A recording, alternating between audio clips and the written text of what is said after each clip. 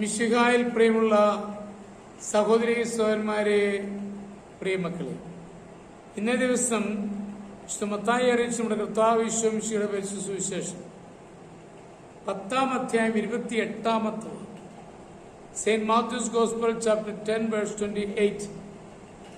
ശരീരത്തെ കൊല്ലുകയും ആത്മാവിനെ കൊല്ലാൻ കഴിവില്ലാതിരിക്കുകയും ചെയ്യുന്നവരെ നിങ്ങൾ ഭയപ്പെടരുത്, മറിച്ച് ആത്മാവിനെയും ശരീരത്തെയും നരകത്തിനിരയാക്കാൻ കഴിയുന്നവനെ ഭയപ്പെടുവിൻ.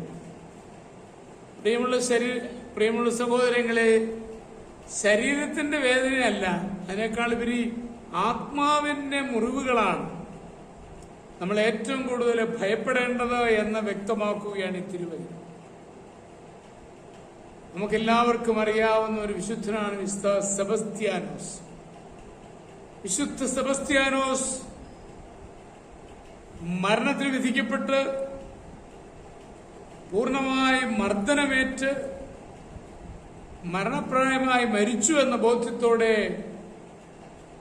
അദ്ദേഹത്തിന് സംസ്കാരം നടത്തുവാൻ ചുമതലപ്പെടുത്തിയത് ഐറിൻ എന്ന വിധവയാണ്. ഈ ഐറിൻ എന്ന വിധവ അടുത്ത് ചെന്ന് സെബാസ്റ്റ്യനെ ശുശ്രൂഷിച്ച് മനസ്സിലായി, ജീവൻ വിട്ടിട്ടില്ല, ഈ മനുഷ്യന് ജീവനുണ്ട് എന്ന് മനസ്സിലായി. അതുകൊണ്ട് വേണ്ട ശുശ്രൂഷയെല്ലാം കൊടുത്തു, ഈശോയെക്കുറിച്ച് സംസാരിച്ചു. ആത്മാവിൽ ശക്തി പകർന്നു കഴിഞ്ഞപ്പോൾ ചക്രവർത്തി വരുന്ന വഴിയിൽ നിന്നുകൊണ്ട് വീണ്ടും സെബാസ്റ്റ്യൻ പറയുകയാണ്, ഈശോയ്ക്ക് വേണ്ടി ഒരു പുതിയ ജീവിതം ആരംഭിക്കുക, അതാണ് നിങ്ങളുടെ ജീവിതത്തിലെ ഏറ്റവും വലിയ സമ്പത്ത് എന്ന്. ചക്രവർത്തിക്ക് എങ്ങനെ